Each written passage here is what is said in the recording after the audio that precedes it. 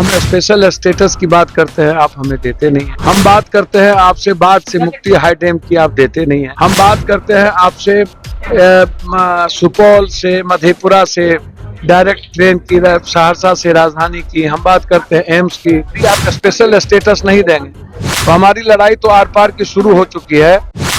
जाप सुप्रीम पप्पू यादव एक बड़ा आंदोलन करने जा रहे हैं। आपको बताते चले कि 3 मार्च को पूर्णिया के रंगभूमि मैदान में एक बड़ी रैली करने जा रहा है और उसके बाद से एक बड़ा आंदोलन भी होगा। आपको बताते चले कि जाप सुप्रीम पप्पू यादव आज चिराग पासवान के आवास पे दही चूड़ा भोज में पहुंचे हुए थे, मिलने के लिए पहुंचे हुए थे। लेकिन जिस तरीके से उन्होंने कहा है कि आप पूर्णिया और सीमांचल को आपको स्पेशल स्टेटस देना ही होगा, जिस तरीके से आप डैम नहीं बनाते हैं, रेलवे नहीं देते हैं, तमाम बातें कहते हुए पप्पू यादव नजर आ रहे हैं। साफ साफ कह रहे हैं कि 23 तारीख से ही अब भीड़ जुटनी शुरू हो गई, काफिला शुरू हो गया है। अब 3 मार्च का इंतजार है। 3 मार्च को पूर्णिया के रंगभूमि में एक बड़ी रैली करेंगे। उसके बाद से क्या कुछ करना है वो भी देखा जाएगा। सुनिए क्या कुछ करें पप्पू यादव। मैं एक बात बहुत क्लियर हूँ, कोसी सीमांचल मिथिलांचल को हमेशा आप अपेक्षा की दृष्टि से जिसकी भी सरकार बनती है बिना कोसी सीमांचल मिथिलांचल के सहयोग से नहीं बनी है। जिसके सत्ता बनी है सबसे ज्यादा विधायक उन्हीं के रहे हैं। और आप हमें स्पेशल स्टेटस की बात करते हैं, आप हमें देते नहीं हैं। हम बात करते हैं आपसे बाढ़ से मुक्ति हाई डैम की, आप देते नहीं हैं। हम बात करते हैं आपसे सुपौल से मधेपुरा से डायरेक्ट ट्रेन की, सहरसा से राजधानी की। हम बात करते हैं एम्स की। हम बात करते हैं पूर्णिया चुनापुर एयरपोर्ट की। हम बात करते हैं स्पेशल स्टेटस में मखान और मक्का और फूड प्रोसेसिंग की। हम बात करते हैं कुशेश्वर स्थान और बिहारीगंज रेलवे की। हम बात करते हैं कुर्सेला से भीमनगर रेलवे की। हम बात करते हैं उपराजधानी की पूर्णिया को और हाईकोर्ट बेंच की। तो आप कहीं भी, आप उत्तर प्रदेश में 17 आप एयरपोर्ट दे दिया, बिहार में आपने चुनापुर भागलपुर क्यों नहीं? हम आपसे जानना चाहते हैं जयनगर क्यों नहीं?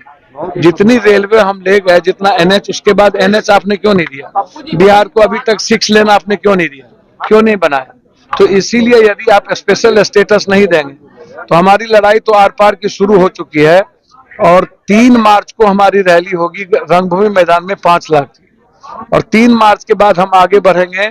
और मैं आपको बता दूं, तेलंगाना हो या गुज्जर आंदोलन या मीना आंदोलन या जाट आंदोलन, उस आंदोलन से कई अरब गुना ज्यादा बड़े आंदोलन होगी। जब तक विशेष पैकेज हम नहीं लेंगे कोसी सीमांचल की आजादी के लिए, पलायन को नहीं रोकेंगे, जब तक हम अपने यहाँ फूड फैक्ट्री के लिए आप जब तक हमें विशेष सुविधा नहीं दोगे, यदि आप नहीं दिए तो हम अलग राज्य का डिमांड तो कर ही देंगे। 2024 में आप चुनाव अकेले लड़ेंगे या किसी चुनाव किधर जाएंगे? हम जा चुके हैं जनता की तरफ और जनता तय कर चुकी है।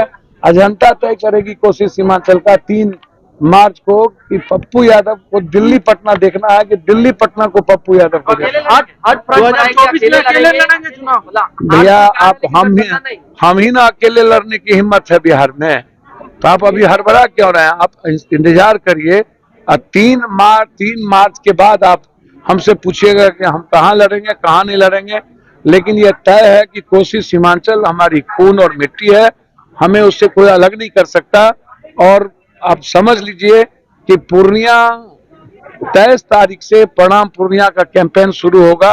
36 दिन की यात्रा होगी कोसी सीमांचल की।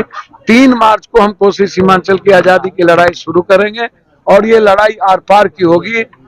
बिना आजादी के, बिना भ्रष्टाचार के मुक्ति के कोई समझौता पप्पू यादव नहीं करने जा रहा है। तो आपने सुना किस तरीके से जाप सुप्रीम पप्पू यादव ने 2024 से पहले एक बड़ा गेम खेल दिया। यूँ कहे कि पप्पू यादव ने सीमांचल को लेकर के एक बड़ी मांग कर दी है। साफ साफ कह रहे हैं कि आपको देना ही होगा स्पेशल स्टेटस, आप देते नहीं है। जिस तरीके से लगातार जो है आपको बताते चले कि कोसी की बात कर ले, पूर्णिया की बात कर ले, तमाम क्षेत्र सीमांचल की बात कर ले, तो वहाँ पर जो है बाढ़ का ज़्यादा प्रभावित बाढ़ से होता है। वहीं जिस तरीके से लगातार डैम बनाने की भी बातें होती रहती हैं, लेकिन रेलवे की बात कर ले, तमाम बातों को लेकर के अब पप्पू यादव पूरी तरीके से खुलकर सामने आ गए हैं। और साफ साफ कहे तो पूर्णिया और कोसी सीमांचल को लेकर के एक बड़ी पहल करने जा रहे हैं, बड़ा आंदोलन करेंगे। और 3 मार्च को देखना ये होगा कि आखिर में पप्पू यादव ने साफ साफ ऐलान कर दिया, उसके बाद से भी यानी चुनावी रणनीति कहाँ से चुनाव लड़ने के, इसको भी अब आने वाले समय में पता चलेगा। लेकिन इतना तो है